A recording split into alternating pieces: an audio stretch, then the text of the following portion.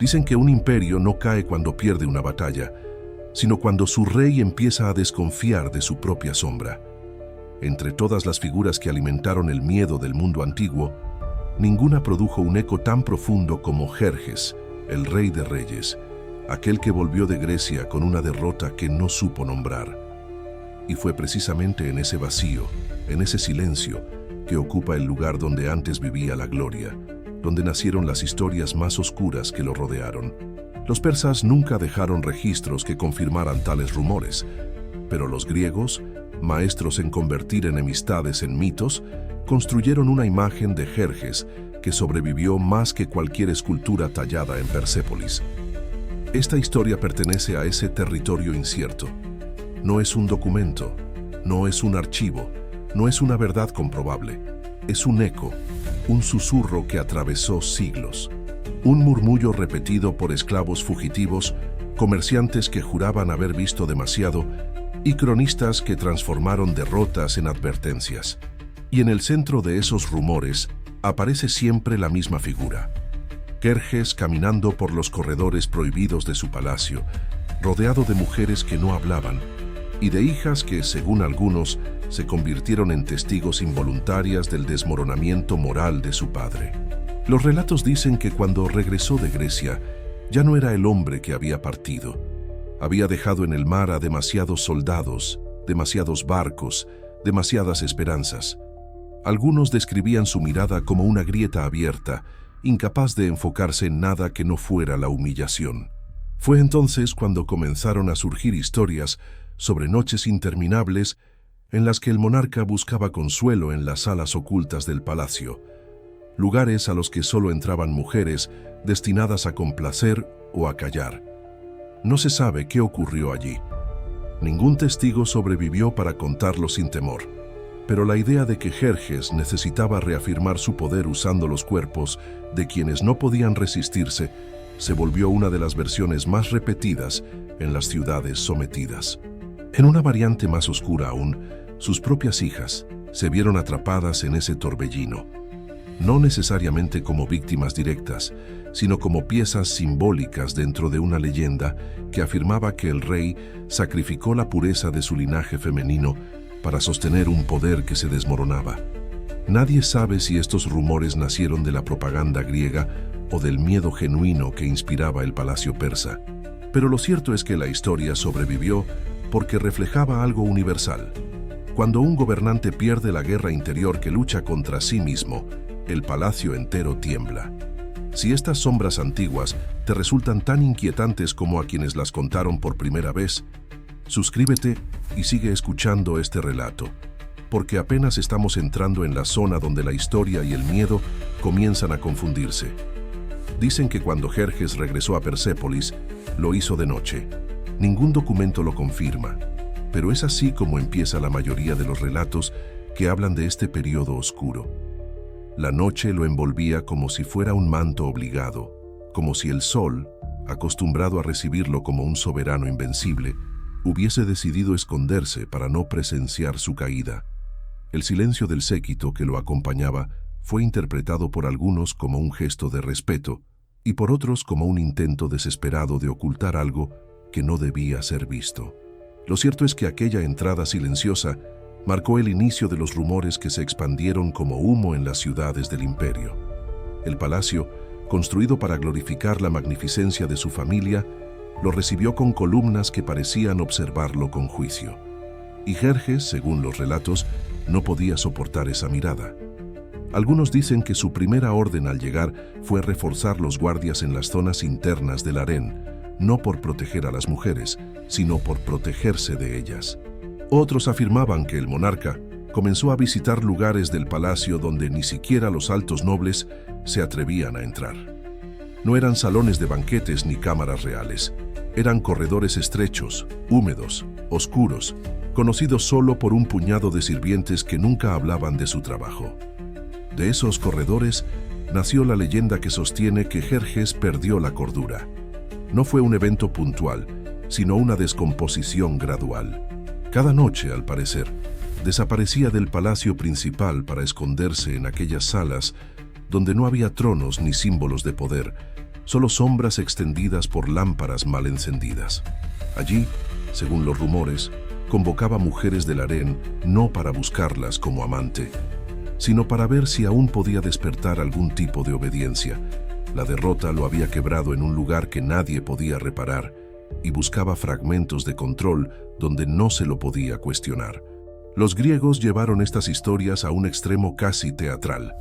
Afirmaban que Jerjes no distinguía a quién hacía llamar, que cualquier mujer podía ser obligada a caminar por esos pasillos, concubinas, servas e incluso algunas de sus propias hijas. Esta última parte no era un intento de registrar un hecho, sino de marcar una idea, que el rey de reyes, en su desesperación, había comenzado a devorar simbólicamente la base misma de su linaje. Ninguna inscripción persa menciona esto, y es improbable que tal acto haya ocurrido de manera literal, pero la persistencia del rumor muestra cuán poderoso era el miedo que inspiraba su nombre. Los relatos persas más tardíos mencionan un cambio notable en su comportamiento hacia sus hijas, aunque jamás hablan de violencia explícita. Relatan que Jerjes las alejaba de la corte, que evitaba escucharlas y que les temía. Temía su mirada, temía su juicio, temía convertirse en algo que ellas no pudieran respetar. En esos relatos, las hijas aparecen como testigos silenciosas de un padre que se fragmentaba psicológicamente. Los griegos tomaron ese detalle y lo transformaron en un monstruo. Dijeron que Jerjes, al verse débil frente a ellas, comenzó a humillarlas de formas impensables para reafirmar su autoridad. En los corredores ocultos, según los rumores más espantosos, no había reglas. Las mujeres que entraban allí sabían que debían callar. Los sirvientes decían que algunas salían llorando, otras no salían. Estos testimonios nunca fueron registrados oficialmente, pero aparecieron repetidos en varias regiones del imperio. Curiosamente, incluso quienes respetaban la figura del rey repetían estas historias en voz baja, no para condenarlo, sino para explicar una simple verdad. Ningún hombre podía regresar de Grecia siendo el mismo. Persépolis, que había sido construida como un monumento a la eternidad, se convirtió en un laberinto emocional. Los pasillos largos donde las lámparas ardían con dificultad eran metáforas de la mente del rey. Los griegos decían que Jerjes obligaba a las mujeres a desfilar frente a él como si fueran trofeos perdidos. Otros afirmaban que simplemente las observaba, en silencio, tratando de encontrar en sus rostros algo que pudiera aliviar la deshonra que lo perseguía. En esta atmósfera, las hijas no eran necesariamente objetivo de deseo, sino de obsesión simbólica. Representaban lo que él estaba a punto de perder, el futuro del imperio. Si esta visión te resulta inquietante, suscríbete para no perder los próximos fragmentos, porque incluso quienes vivieron en aquel tiempo decían que las noches de Jerjes ocultaban secretos que nunca debieron ser revelados. Los rumores aseguraban que el harén dejó de ser un lugar de música y perfumes para convertirse en un espacio donde nadie sabía qué versión del rey encontraría allí dentro. Las mujeres, que antes representaban la continuidad del linaje y la armonía de la corte, se transformaron en elementos de tensión. El rey entraba en las habitaciones sin anunciarse, sin hablar, sin siquiera tocar a nadie. Las observaba, simplemente eso. Pero en un mundo donde el silencio de un monarca podía significar tanto como su furia, ese comportamiento levantó sospechas que se convirtieron en historias terribles. Las hijas, según los griegos, intentaron enfrentarlo. Intentaron hablar con él, recordarle quién era. Pero Jerjes habría respondido con gritos, con órdenes incomprensibles, o con ese silencio que se volvió más temido que su espada. Una versión, la más extrema, afirmó que castigó a una de ellas por contradecirlo, obligándola a permanecer días encerrada en uno de los corredores prohibidos, rodeada de sombras y sirvientes mudos. Es improbable que esto sea literal, pero la metáfora es clara. Jerjes ya no era un padre, era un símbolo descompuesto de poder herido. Y, sin embargo, lo más aterrador no es lo que pudo haber hecho, sino lo que los rumores dicen de él. Porque un rey poderoso puede controlar territorios, pero no puede controlar la imaginación del pueblo, y la imaginación es capaz de crear monstruos más reales que la carne. Así nació la figura de Jerjes como el rey que destruyó aquello que debía proteger. La historia nunca sabrá qué parte de todo esto fue verdad, pero la persistencia del mito demuestra que en aquellos años algo oscuro estaba respirando en Persépolis, algo que convirtió cada sombra en un testigo y cada rumor en una herida abierta. Y es allí, en ese cruce entre miedo y memoria, donde la historia apenas comienza a revelar su rostro. En los días que siguieron a su regreso, Jerjes se convirtió en una figura que nadie podía descifrar. Había reyes que gobernaban desde la palabra, otros desde la guerra, otros desde la presencia física que imponía obediencia. Pero Jerjes, según cuentan los relatos, empezó a gobernar desde una ausencia. Estaba allí, ocupaba su trono, caminaba por sus pasillos, pero no era él. Era como si otra sombra hubiese tomado su lugar. Y en esa sombra crecieron los rumores que marcaron sus últimos años. La idea de que el rey había perdido no solo la guerra, sino la capacidad de reconocer las fronteras entre deseo, poder y muerte. Los sirvientes del palacio describían sus pasos como irregulares. A veces caminaba lentamente, otras avanzaba rápido, como impulsado por algo que ni él mismo entendía. Los hombres que custodiaban las puertas internas afirmaban que Jerjes aparecía sin previo aviso, mirando el suelo, murmurando palabras que no formaban oraciones. Llegaba hasta el harén sin levantar la vista y entraba como quien entra en una habitación para enfrentarse a un enemigo invisible. Nadie sabía qué buscaba. Nadie sabía qué temía. Las mujeres, acostumbradas a una rutina de protocolos estrictos, empezaron a moverse como si vivieran dentro de un terremoto silencioso. Dicen que una de las concubinas más antiguas, llamada Daria, fue la primera en percibir que algo había cambiado para siempre. Ella notó que Jerjes ya no las veía como individuos, sino como reflejos distorsionados del poder que había perdido. No preguntaba nombres, no pedía compañía, no solicitaba conversación, se limitaba a observarlas, como si quisiera descubrir cuál de ellas podía sostener el peso de su desgracia. Y esa mirada, aunque no tocara, hacía más daño que cualquier golpe. Los rumores que nacieron entre estas mujeres crecieron con rapidez. Decían que el rey se quedaba despierto hasta que las lámparas casi se apagaban y que pedía que todas permanecieran en silencio absoluto. Cualquier sonido lo irritaba, cualquier suspiro lo enfurecía.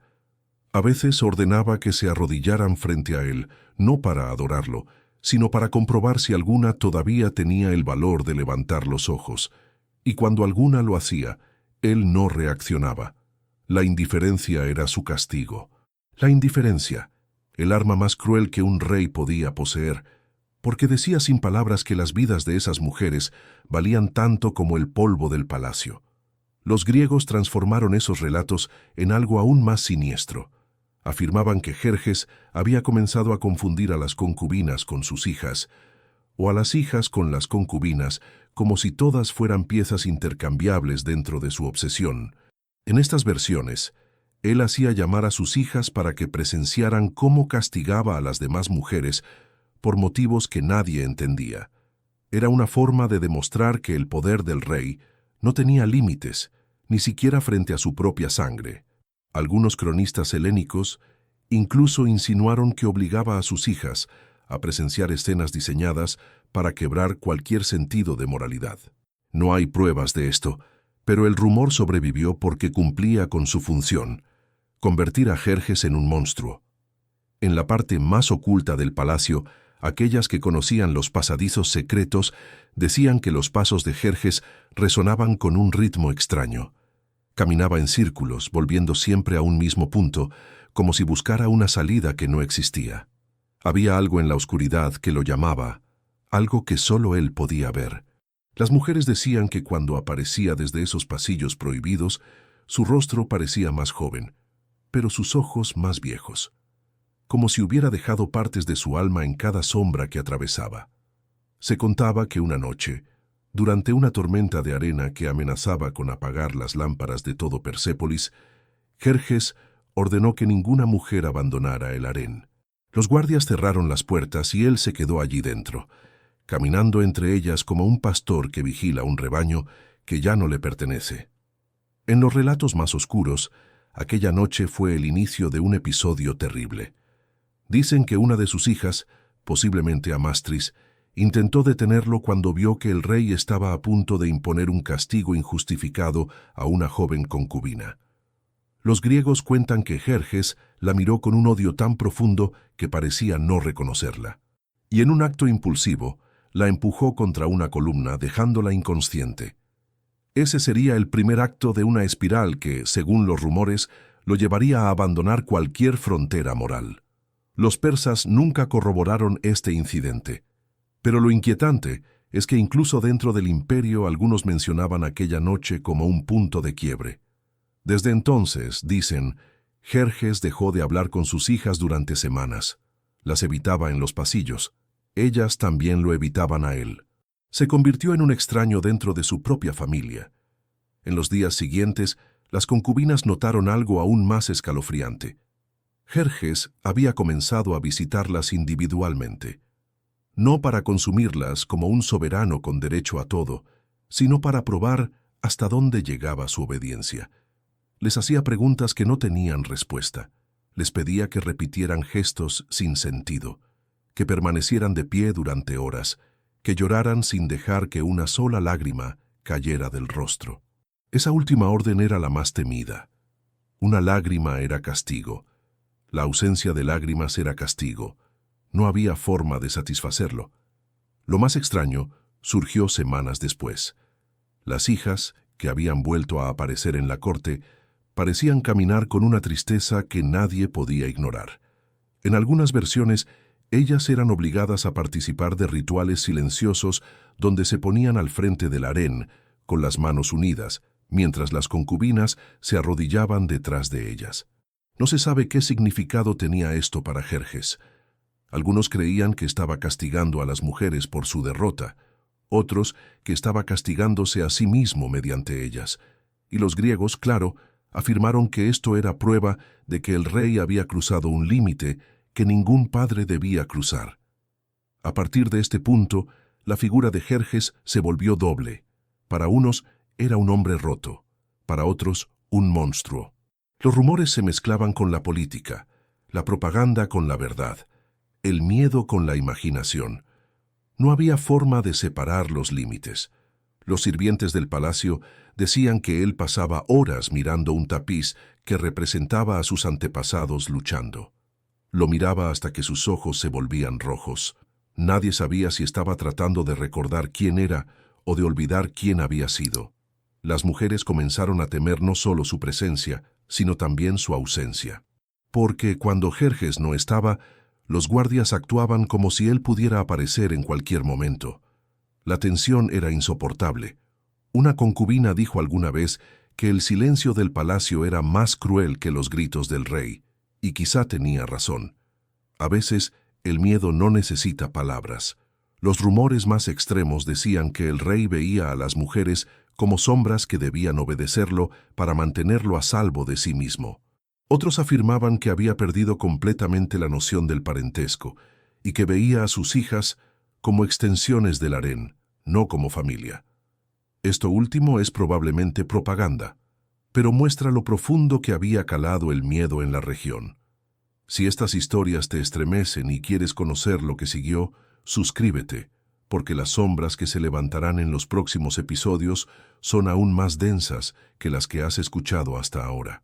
Las semanas posteriores se convirtieron en un territorio donde la realidad y la imaginación empezaron a mezclarse de manera irreversible. En las crónicas que sobrevivieron, Jerjes ya no aparece como un hombre al borde del abismo, sino como alguien que había cruzado el umbral y seguía avanzando sin mirar atrás. El palacio, que antes vibraba con música, perfumes y pasos coordinados de sirvientes, empezó a parecer un santuario detenido en el tiempo. Algunos afirmaban que Jerjes había ordenado que no se ejecutaran canciones tradicionales, como si la música pudiera recordarle la grandeza que había perdido. Otros decían que era el palacio mismo el que se negaba a sonar, como si los muros hubieran aprendido a temerle. Las hijas del rey comenzaron a aparecer cada vez menos en público. En otras épocas, eran vistas en ceremonias, en procesiones religiosas o en encuentros diplomáticos que buscaban fortalecer alianzas.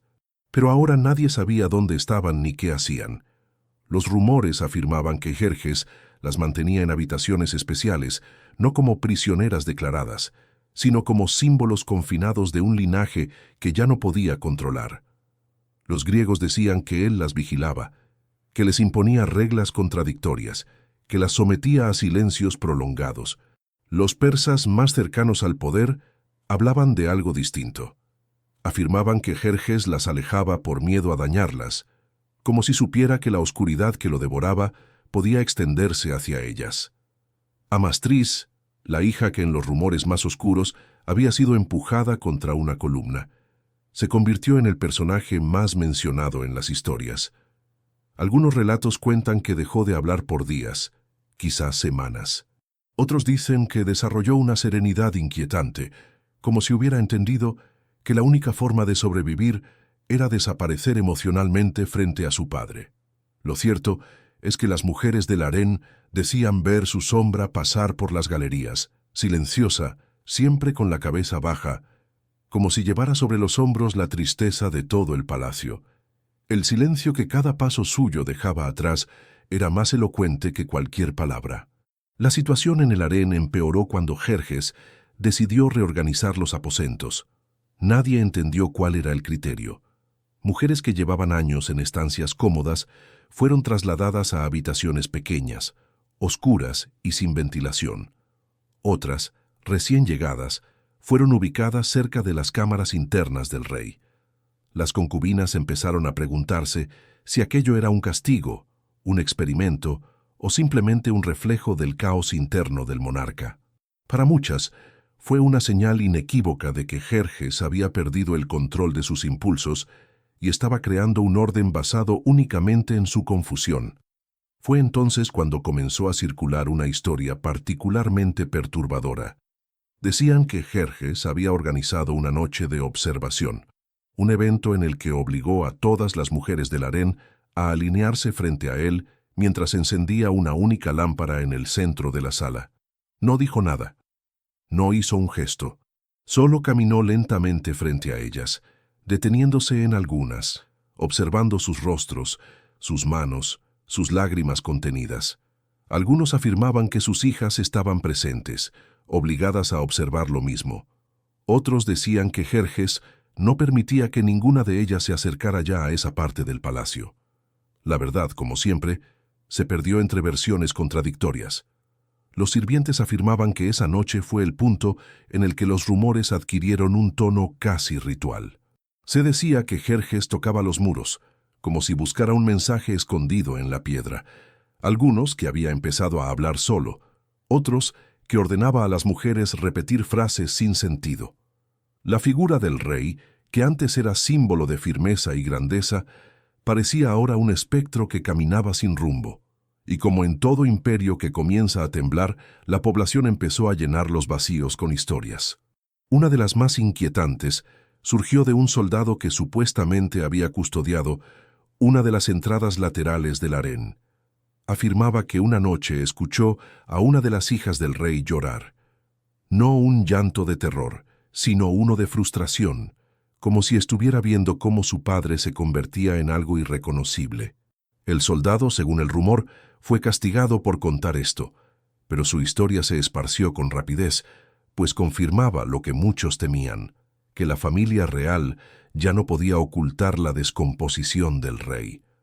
Las mujeres del harén empezaron a identificarse entre sí, no por su estatus, sino por el tipo de miedo que compartían. Las nuevas temían lo desconocido, las antiguas temían lo conocido. Y las hijas del rey, atrapadas entre ambos mundos, comenzaron a representar lo peor que podía ocurrirle a una mujer en Persépolis, ser vista por Jerjes no como hija, no como parte del linaje, sino como una pieza más de un mecanismo emocional roto. Era un miedo que no se decía en voz alta, pero que se reflejaba en cada postura encorvada, en cada mirada evitada, en cada respiración contenida. Los griegos alimentaron estos rumores con creatividad cruel. Decían que Jerjes Había llegado a destruir objetos que pertenecían a sus hijas, que rompió espejos, telas, joyas, como si quisiera eliminar cualquier rastro de belleza que pudiera enfrentarlo a su propia decadencia. En una versión más extrema, se afirmaba que obligó a sus hijas a observar castigos aplicados a concubinas, como una forma de advertirles que ninguna excepción existía para él. Los historiadores modernos consideran esto improbable, pero la persistencia del mito demuestra la fuerza simbólica que adquirió. Los días avanzaron con un ritmo extraño. El palacio se movía como un organismo enfermo que trataba de entender de dónde provenía el dolor. Las mujeres empezaron a notar que Jerjes pasaba largas horas mirando a través de las ventanas, contemplando el horizonte del desierto. Decían que buscaba respuestas en un paisaje donde nunca había habido respuestas. Algunos afirmaban que esperaba ver a sus tropas regresar, como si la historia pudiera retroceder. Otros, que observaba el sol para recordar los días en que todos lo reconocían como invencible. Lo cierto es que su aislamiento empezó a generar consecuencias políticas. Los nobles notaron su ausencia en reuniones importantes. Los generales murmuraban que el rey había perdido la brújula moral. Algunos comenzaron a planear movimientos discretos, temiendo que el imperio se desmoronara desde adentro. Y mientras tanto, los rumores sobre las hijas crecían. Se decía que una de ellas había intentado huir del palacio, que otra había sido castigada por hablar en presencia del rey, que otra había sido confinada en una habitación sin derecho a salir. Nada de esto está confirmado, pero cada rumor reforzaba la idea de que nadie estaba a salvo en Persépolis. Las mujeres más antiguas del harén empezaron a aconsejar a las más jóvenes: no miren al rey, no hablen cuando él esté cerca, no hagan preguntas. Era una guía de supervivencia, no una etiqueta cortesana. Todo lo que antes había sido parte de un elaborado sistema de convivencia se había convertido en una estrategia para evitar la ira impredecible del monarca. Si te resulta perturbador cómo un imperio puede colapsar desde la intimidad de su propio palacio, suscríbete, porque lo que vendrá en los siguientes episodios nos llevará aún más profundo en el abismo de esta leyenda. Con el paso de los meses, la oscuridad que rodeaba a Jerjes dejó de ser interpretada como una fase pasajera. Empezó a considerarse una nueva naturaleza que había nacido dentro de él, un animal silencioso que lo acompañaba a todas partes. En Persépolis se decía que el rey ya no caminaba solo. Caminaba con algo que lo empujaba, lo guiaba, lo desviaba, lo hacía observar a las mujeres, como si nunca hubiera sido padre, esposo ni soberano. Las historias de esta época se volvieron tan numerosas que a veces se contradecían entre sí, pero todas compartían una esencia: la idea de que el rey estaba atrapado en su propia derrota. Uno de los rumores más persistentes hablaba de la creciente obsesión de Jerjes con lo que él llamaba el orden interno. Nadie sabía qué significaba realmente, pero lo mencionaba constantemente, como una palabra sagrada y peligrosa. Algunos creían que se refería al orden moral del palacio, otros que hablaba del orden divino que, según él, había sido alterado por la derrota en Grecia.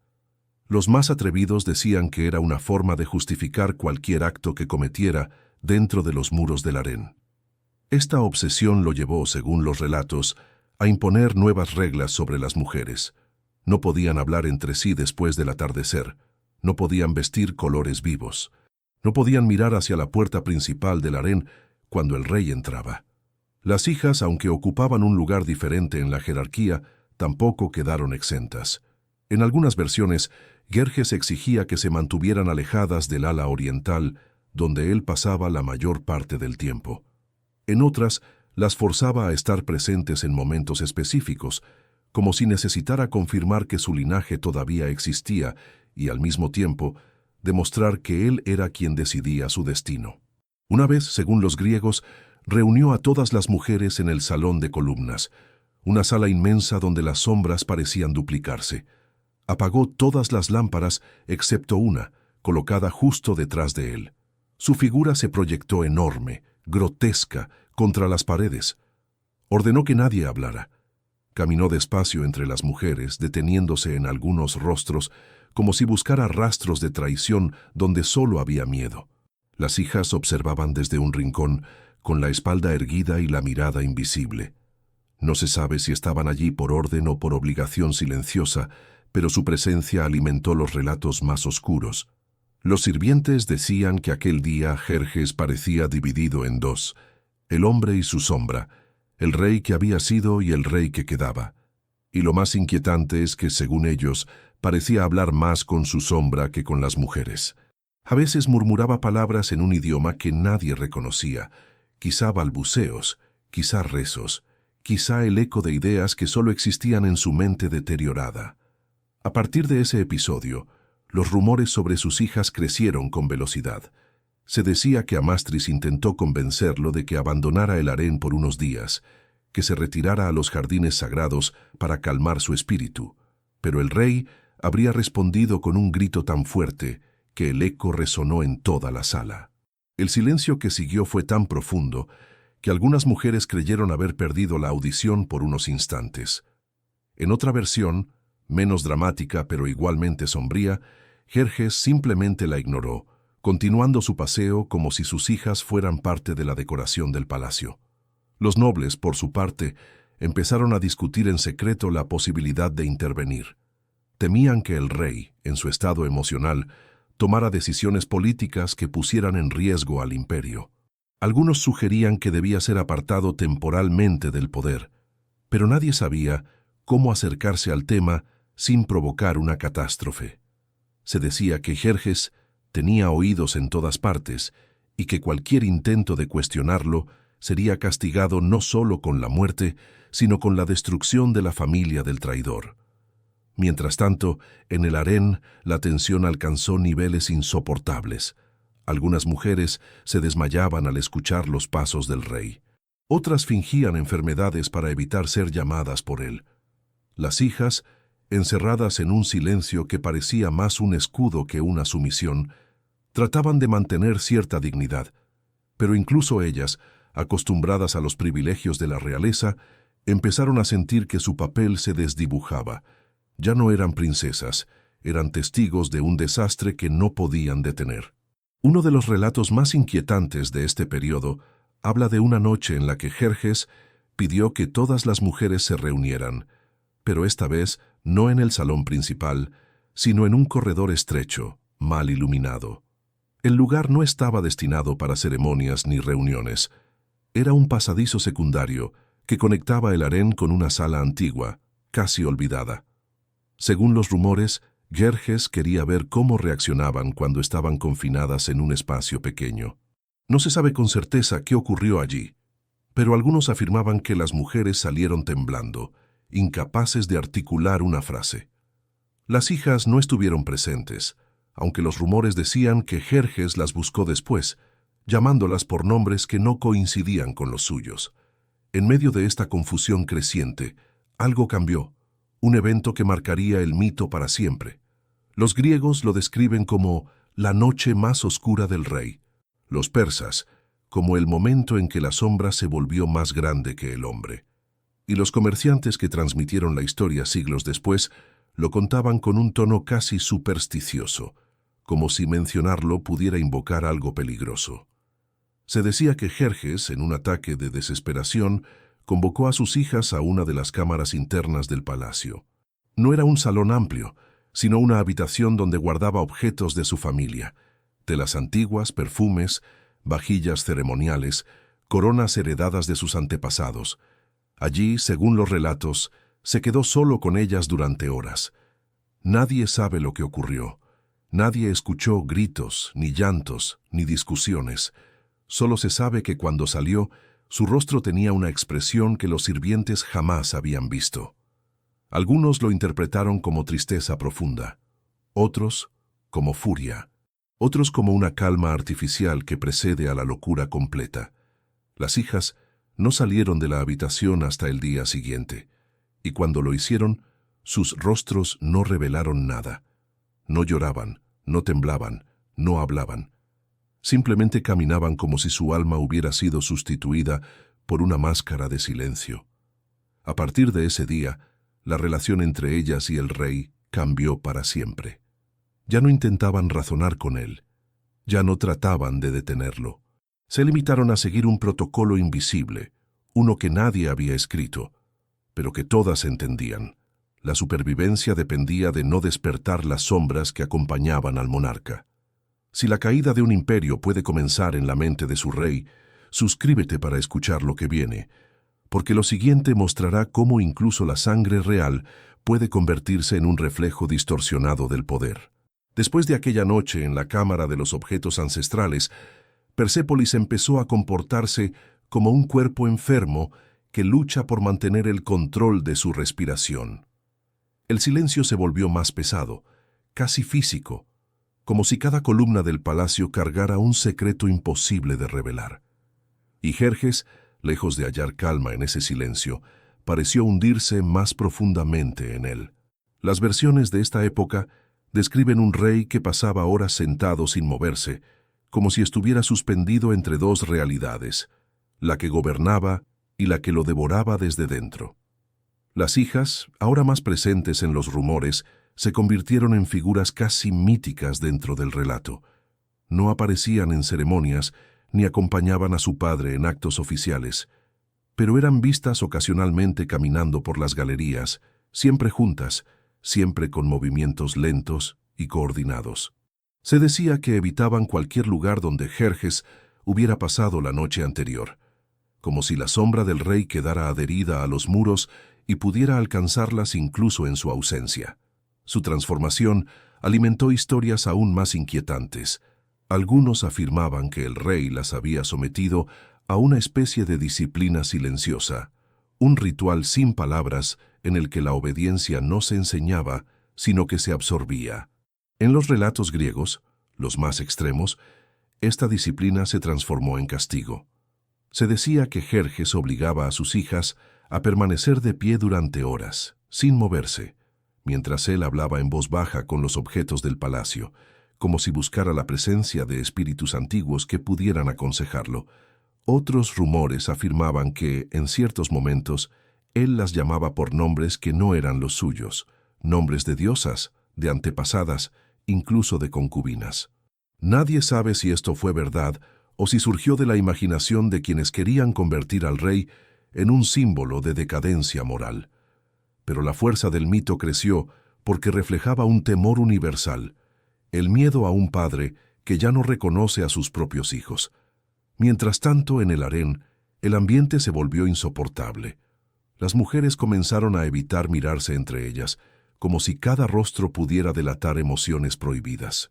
Algunas ya no dormían, otras lloraban en silencio para no ser escuchadas.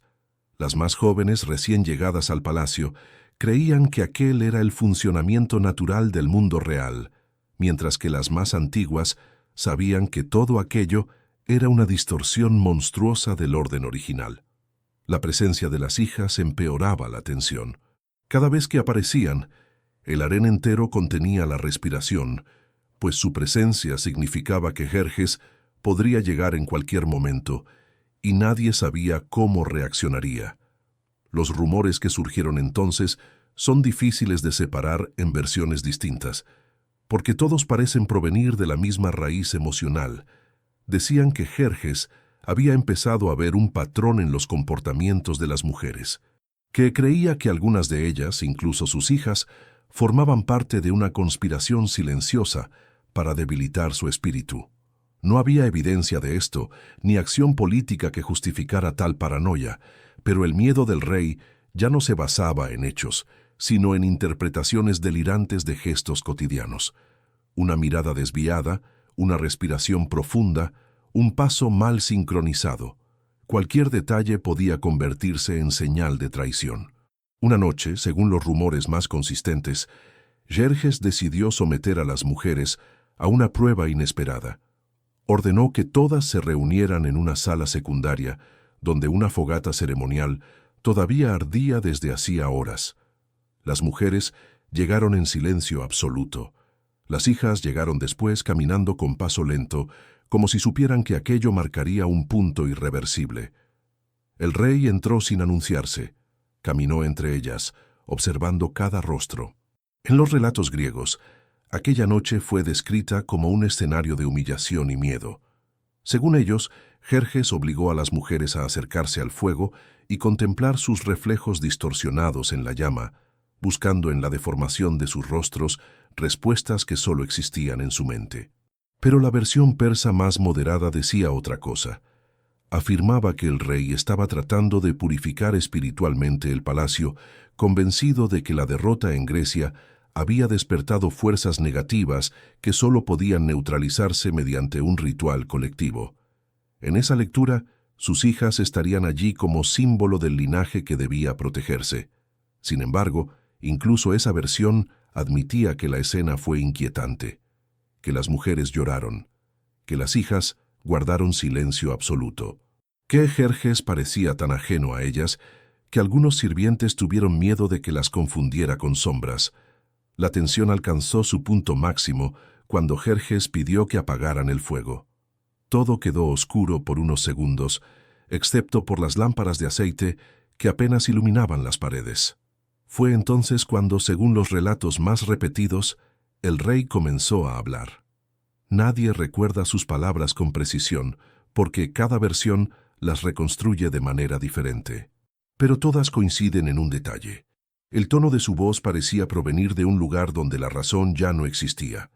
Algunos decían que el rey hablaba como si estuviera llorando, otros como si estuviera riéndose, y otros que su voz se quebraba entre ambas cosas, como un puente frágil entre el dolor y la locura. Las mujeres escuchaban sin atreverse a moverse. Las hijas mantenían la postura erguida, pero sus manos temblaban. En ese momento, los rumores dijeron que Jerjes se acercó a ellas una por una. Algunas versiones afirmaban que las tocó en el rostro como si buscara reconocerlas de nuevo, otras que las observó sin pestañear, como si dudara de su identidad. Los griegos llegaron incluso a decir que Jerjes las obligó a repetir palabras de lealtad, palabras que ninguna hija debería pronunciar frente a su propio padre. No hay evidencia de esto, pero la fuerza del rumor convirtió la escena en uno de los momentos más oscuros de la leyenda. Después de aquel episodio, Persépolis cambió para siempre. Los sirvientes empezaron a renunciar. Los nobles exigieron reuniones que el rey se negaba a atender. Los soldados murmuraban que el monarca había sido tocado por un espíritu maligno. Y las hijas, nadie sabía qué había sido de ellas. Algunas versiones decían que habían sido trasladadas a habitaciones secretas. Otros afirmaban que Jerjes había ordenado que no se las molestara. Los rumores más crueles sugerían que se habían convertido en sombras vivientes que atravesaban los pasillos sin dejar huellas. En ese clima, cualquier historia podía convertirse en verdad. Un susurro podía destruir reputaciones, una mirada podía provocar pánico, y el mito sobre lo que Jerjes había hecho con sus propias hijas creció porque nadie podía desmentirlo. El poder absoluto del rey se había convertido en un arma contra él mismo. Si estos ecos antiguos te mantienen atrapado en el relato, suscríbete, porque el próximo episodio será el más oscuro y legendario de todos. Con el paso de los días, el palacio dejó de ser un hogar para convertirse en un santuario, donde las sombras tenían más autoridad que los hombres. Persépolis era un inmenso cuerpo enfermo, y cada rumor que circulaba por sus pasillos se convertía en una vértebra quebrada del mito. A nadie le sorprendía ya la inestabilidad del rey. Lo que comenzaba a aterrorizar a todos era la forma en que esa inestabilidad parecía envolver a sus hijas, como si la caída del padre arrastrara inevitablemente a su propio linaje hacia un abismo sin nombre. Fue en este periodo donde la leyenda alcanzó su forma más cruda. Los relatos, aunque contradictorios, coincidían en una cosa. Los lazos familiares que alguna vez definieron a Jerjes habían sido reemplazados por vínculos extraños, tensos, irreconocibles. Nadie sabía si veía en sus hijas un refugio, un recordatorio doloroso, o un conjunto de sombras que le exigían explicaciones que él no podía dar. Algunas versiones persas decían que el rey las evitaba por miedo a herirlas, otras que las buscaba como si fueran la última raíz que lo unía a la cordura. Pero los rumores griegos, siempre más crueles, sostenían que el rey ya no era capaz de distinguir el rol de ellas en el palacio, que para él habían dejado de ser princesas para convertirse en testigos silenciosas de cada uno de sus desórdenes. Fue entonces cuando surgió la historia del corredor sellado. Según los sirvientes, había un pasadizo antiguo, protegido por puertas dobles, que solo se abría en momentos excepcionales. Ese corredor conectaba el harén con una cámara usada por los antiguos reyes para rituales privados. Hacía décadas que nadie lo utilizaba, pero una noche, según los rumores, Jerjes ordenó que se abriera. Lo más inquietante es que, en todas las versiones, aquella noche él llamó únicamente a 3 personas, sus hijas. No se sabe lo que ocurrió dentro. La construcción del mito comienza precisamente en ese vacío. Los sirvientes decían que el rey entró primero y que las princesas lo siguieron sin pronunciar palabra. En algunas versiones, las mujeres del harén habían sido obligadas a quedarse a gran distancia, de rodillas, como guardianas involuntarias de un ritual que no comprendían. En otras, los guardias bloquearon los pasillos exteriores, asegurándose de que nadie pudiera siquiera acercarse. Hay quienes afirmaban que esa noche Jerjes se arrodilló frente a sus hijas por primera y única vez, que les pidió perdón por la derrota en Grecia, por el caos del palacio, por la oscuridad que lo había consumido, que lloró por la pérdida de los hombres caídos y por la vergüenza de haber regresado vivo cuando tantos otros no lo hicieron. Pero los griegos contaron una historia completamente distinta.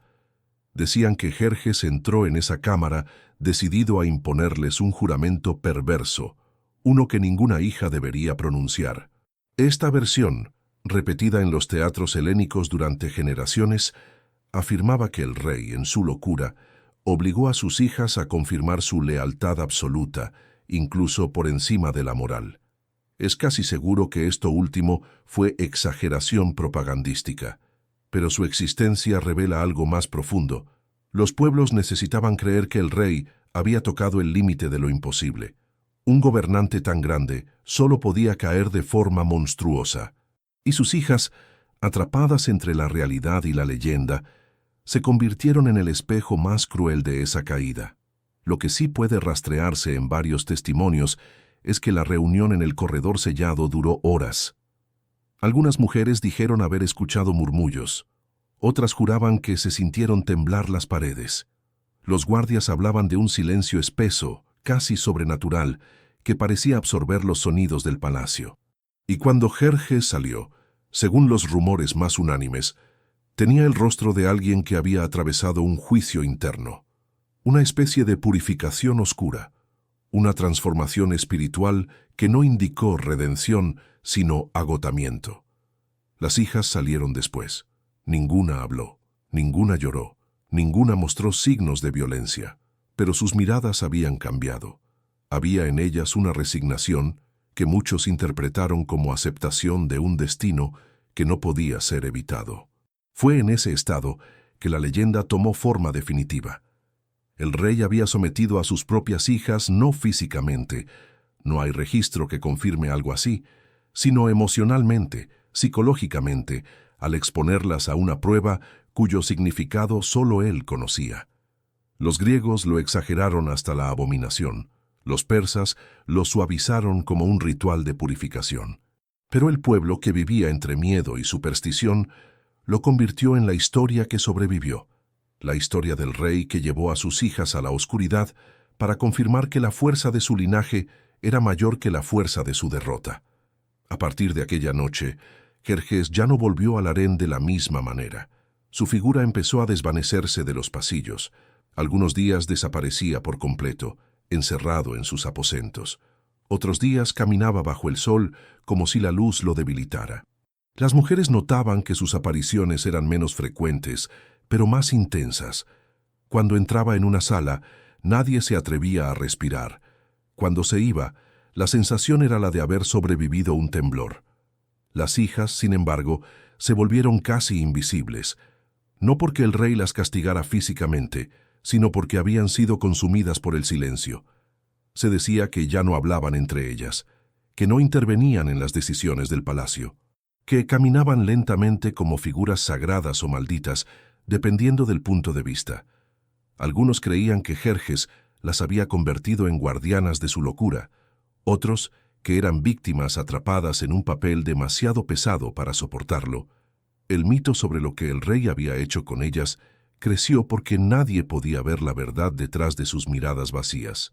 Se dice que en los últimos días, antes de su muerte, Jerjes llamó a una de sus hijas, no se sabe cuál, y le pidió que se quedara con él mientras dormía, que quería escuchar una voz humana antes de cerrar los ojos. La versión más poética dice que ella cantó en voz baja, con una melodía tan triste que incluso los guardias lloraron. La versión más oscura, sin embargo, afirmó que él le ordenó simplemente que permaneciera allí, inmóvil, mientras él se rendía al sueño, como si necesitara comprobar que todavía tenía control sobre algo. Cuando Jerjes fue asesinado por uno de sus propios oficiales, el mito ya había triunfado sobre la realidad. Los rumores sobre lo que hizo con sus hijas se volvieron una verdad emocional del pueblo, aunque ninguna inscripción, ningún testimonio oficial, ninguna crónica persa lo confirmara. Y fue esa ambigüedad, esa mezcla de silencio, sombra y sufrimiento, la que dio forma eterna a la leyenda. En el fondo, lo que el mundo antiguo quiso decir con estos relatos no fue que Jerjes dañara físicamente a sus hijas, sino que, en su caída, arrastró consigo todo lo que tocaba: su palacio, sus mujeres, su linaje. El verdadero horror de la historia no está en lo explícito, sino en lo insinuado. La destrucción silenciosa de un orden familiar, la pérdida de identidad, la confusión entre poder y amor, la sombra que se impone sobre la sangre. Y esa es la razón por la que la leyenda sobrevivió, porque muestra un tipo de tragedia que no necesita pruebas para ser comprendida, la de un padre que, al perder su imperio, perdió también a sus hijas, incluso antes de perder la vida. Si estas historias te hicieron pensar en cómo el poder puede devorar incluso a quienes nunca lo pidieron, suscríbete, porque las leyendas más oscuras de la historia humana aún esperan ser contadas.